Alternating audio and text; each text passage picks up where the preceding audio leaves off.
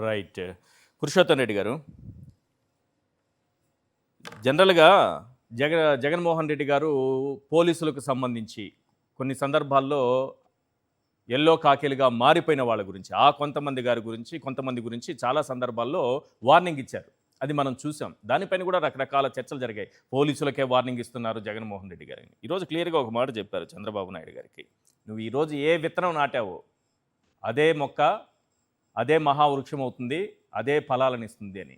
జగన్మోహన్ రెడ్డి గారు sweet warning ఇచ్చారా, ఘాటు వార్నింగ్ ఇచ్చారా అనేది పక్కన పెడితే, వార్నింగ్ ఇవ్వడం కరెక్ట్ అనుకుంటున్నారా ఈ సందర్భంలో? ఈశ్వర్ గారు, అందరికీ నమస్కారం. నమస్తే. బేసిక్ గా ఈరోజు మాజీ ముఖ్యమంత్రి గారు విరూపాక్ష గారిని పరామర్శించడానికి వెళ్ళారు. అవును. పరామర్శించ క్రమంలో కేవలం పరామర్శకే అధినేత ఎప్పుడు కూడా పరిమితం కాదు. ఇప్పుడు అరెస్ట్ ని ఎలా చూస్తాము, ఆయనకు భయపడి కాదు, ఓవరాల్ గా పార్టీ కార్యకర్తలు, ప్రజలు, ప్రభుత్వానికి కూడా చెప్పదలుచుకుంది ప్రతిపక్ష పార్టీ చెప్తుంది. మేము భయపడమని, మేము ధైర్యంగా ఉంటామని, ప్రజలను కూడేసుకుని ప్రభుత్వం చేస్తున్న తప్పిదాలను ఎత్తి చూపడం కూడా పరామర్శలో ఒక భాగం. పరామర్శ అంటే చాలా మంది ఏమంటున్నారు, మీ నలుగురు పోయి మాట్లాడేసి వచ్చేవచ్చు కదా అని. ఏదో విరూపాక్ష గారు భయపడ్డారని పోవడం కాదు కదా, ఎంటైర్ పార్టీకి, ప్రజలకి అందుదాన్నగా ఉండాలని చెప్పడం, ప్రభుత్వానికి గట్టి హెచ్చరిక చేయడం, ఇట్లాంటి వాటి చేస్తే అంగీకరించము అని ప్రొటెస్ట్ చేయడం కూడా ప్రదర్శనలో ఒక భాగం. అది జగన్మోహన్ రెడ్డి గారు చేస్తున్నారు. ఈరోజు జగన్మోహన్ రెడ్డి గారిని జైల్లో జరిగినటువంటి విషయాన్ని వాళ్ళు ప్రస్తావించారు.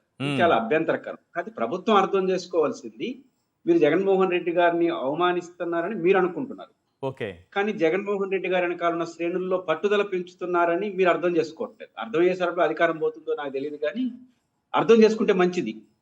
అధినేతను అవమానిస్తే భయపడిపోవడము, లేదా ఇంకొక రూపంలో తీసుకోరు, మరింత పట్టుదలగా తీసుకొచ్చి మళ్ళీ ముఖ్యమంత్రి స్థానంలో కూర్చోబెట్టుకొని, ఇప్పుడు జగన్ గారు చెప్పారు కదా, మీరు ఏదైతే సాంప్రదాయాన్ని క్రియేట్ చేస్తున్నారో అదే రేపు పెద్ద వృక్షంగా మారుతుంది, ఆ వృక్షంగా మారడానికి కావాల్సిన కసి పెంచుకుంటారు. అంటే ఇక్కడ రెండు అంశాలు తీసుకుందాం సార్, రెండు అంశాలు తీసుకుందాం. ఒకటి జగన్మోహన్ రెడ్డి గారి వైపు నుంచి, రెండు చంద్రబాబు నాయుడు గారి వైపు నుంచి తీసుకుందాం.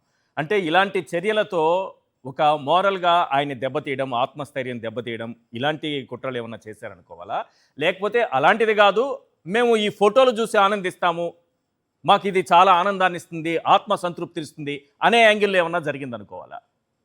నేను అనుకుంటుంది రెండో యాంగిలే ఉంటుంది. ఎందుకంటే జగన్మోహన్ రెడ్డి గారిని 16 నెలల పాటు జైల్లో పెడితేనే ఆయన భయపడకుండా ధైర్యంగా పార్టీని నడిపిన వ్యక్తి, అధికారంలో తీసుకొచ్చిన వ్యక్తి. ఇది చంద్రబాబు నాయుడు గారు అర్థం చేసుకోవాలి.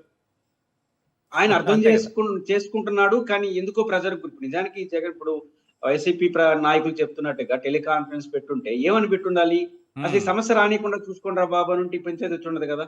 ఇప్పుడు విరూపాక్షి గారిని అనవసరంగా అరెస్ట్ చేసి ఆయన వచ్చున్నాడు కదా, అరెస్ట్ చేయకుండా అంటే వచ్చున్నాడు కదా, గొడవ జరగకుండా అంటే వచ్చున్నాడు కదా, పద్ధతిగా రెండు వైపులా కేసులు పెట్టి న్యాయంగా విచారించుంటే వచ్చుండరు కదా. సందర్భం రెండు వాళ్ళే క్రియేట్ చేస్తున్నారు, అంతేనా?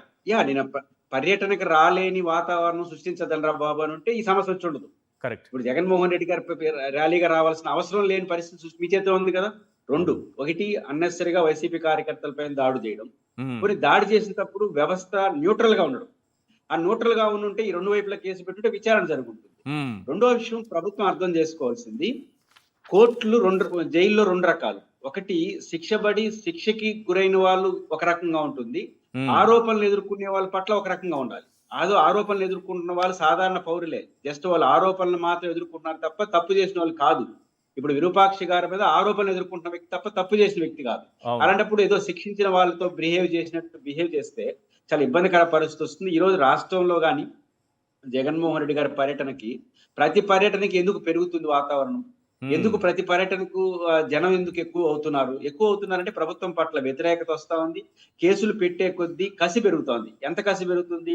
ఈరోజు కర్నూలు జిల్లా పర్యటన జగన్ గారు వచ్చారు. వాస్తవానికి నాకున్న అవగాహన పరిచయం మేరకు ఎస్వి మోహన్ రెడ్డి గారు ఈ మధ్య కాలం హాస్పిటల్ అయి బయట వచ్చారు.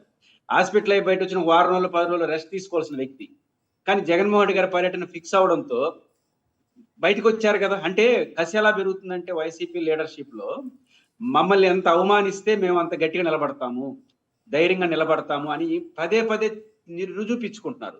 అది ఎవరికి లాభం, ఎవరికి నష్టం? అధికార పార్టీకి నష్టం. అధికార పార్టీ గుర్తించాలి, ప్రతిపక్షంలో, అందులో ప్రతిపక్షం ఏమన్నా సాధారణ ప్రతిపక్షమా? ఒక బలమైనటువంటి ఓటింగ్, బలమైన ప్రజాదరణ కలిగినటువంటి నాయకత్వం ఉన్నటువంటి ప్రతిపక్షాన్ని ఈ రకంగా ట్రీట్ చేస్తే మరింత గట్టిపడతారు. మ్మ్. ఆ విషయాన్ని ప్రభుత్వం గుర్తించాలి. నిజానికి ఎంత బలపడింది వైసీపీ, ఈ నిజానికి వైసీపీ ఓడిపోయిన తీరు చూస్తే కనీసం 2 ఏళ్లకు కోలుకోండకూడదు. అవును. అలాంటిది 2 రోజుల నుంచి యాక్టివిటీ అయిపోయినారు. 2 ఏళ్ల మ్మ్. తర్వాత ఏమైంది, రేపు తెల్లారితే అధికారంలోకి వస్తారనే వరకు తీసుకొచ్చుకున్నారు. కరెక్ట్. ఇది అధికార పార్టీ స్వయంకృత అపరాధం కదా. కాబట్టి మ్మ్. అధికార పార్టీ ఇప్పటికైనా, ఇప్పుడు నాకు ఒక అర్థం కాని ఈశ్వర్ గారు, కామన్ గా జరుగుతుంది ఏంటంటే మ్మ్. Attempt to murder case and ST case అనేది రొటీన్ అయిపోయింది. సందర్భం ఏమి ఉండదు. రొటీన్ గా ఏంటంటే ఎస్సీ కేసులు అట ఎందుకు పెడుతున్నారంటే సింపుల్ లాజిక్, 4 రోజులు జైల్లో పెట్టాలి. మ్మ్. ఎందుకంటే వారు ఇప్పుడు దాడి జరిగిన కేసు ఏమవుతుంది, ఇంట్లో విచారించి పంపిస్తారు. Yes. Attempt to murder case పెడితే ఏమవుతుంది, 4 రోజులు జైల్లో పెట్టచ్చు. లేదా ఎస్సీ కేటర్ అన్ని ఇట్లా అయితే, ఇప్పుడు 10 ఏళ్ల క్రితం 20 ఏళ్ల క్రితం నేను విద్యార్థి నాయకుడు ఉన్నప్పుడు మమ్మల్ని అటెంప్ట్ మర్డర్ కేసు పెట్టి జడ్జి ముందు ఉంచారు. నన్ను అడిగాడు జడ్జి, నీకేమైనా తెలుసురా బాబు అటెంప్ట్ మర్డర్ అంటే. నాకేం తెలియదు సార్, అలా ధర్నా చేస్తా ఉంటే ఎత్తుకొచ్చి పడేసినారంటే పోలీసులను అడిగాడు. కానీ బాబు మిమ్మల్ని పోయి పోలీసులు కొడతారు అటెంప్ట్ మర్డర్ అని అడిగాడు. ఇప్పుడు పరిస్థితి, అధికార పార్టీ వాళ్ళని పోయి ప్రతిపక్ష ఎమ్మెల్యే అటెంప్ట్ ఎస్సీ వాళ్ళు అవమానించే పరిస్థితి తీసుకొస్తాడా? అవును. సాధ్యమవుతుందా? దాడి చేయగలడా? ప్రతిపక్ష పార్టీకి సంబంధించిన ఒక ఎమ్మెల్యే ప్రజెంట్ ప్రభుత్వం వ్యవహరిస్తున్న తీరులో దాడి చేయగలడా? వాళ్ళని అవమానించగలడా? సాధ్యమయ్యే పనేనా? ఇదంతా చూస్తూ వస్తున్నాం కదా, 2 ఏళ్ల నుంచి చూస్తూ వస్తున్నాము. 2 years నుంచి అవును, 2 years నుంచి ఇదే చూస్తూ వస్తున్నాం కదా సార్. రాజకీయ కక్ష సాధింపులు, సింపుల్గా ఒక వర్డ్తో ఇదే జరుగుతోంది, ఈ ఒక్క మాటతో ఇదే జరుగుతున్నట్టుంది రాష్ట్రం. రాజకీయ కక్ష సాధింపులు ఒక వర్డ్ అట్లా వెళ్ళిపోయింది.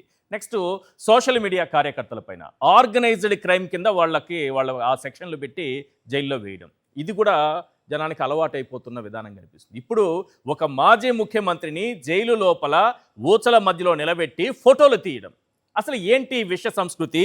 ఈ విష సంస్కృతి బీజం వేశారు. ఇది ఏమవుతుంది? What next? ఏం జరుగుతుంది ఫ్యూచర్లో? జగన్మోహన్ రెడ్డి గారు చెప్పినట్టు ప్రమాదకర పోకళ్ళు వస్తాయి. ఎందుకంటే సహించలేని సమాజంలో లాఠీ చార్జ్ చేస్తే పోలీసులు సహిస్తుంది, ప్రతిపక్ష పార్టీ కూడా నియంతృత్వం అంటుంది. కానీ అవమానిస్తే సహించలేరు.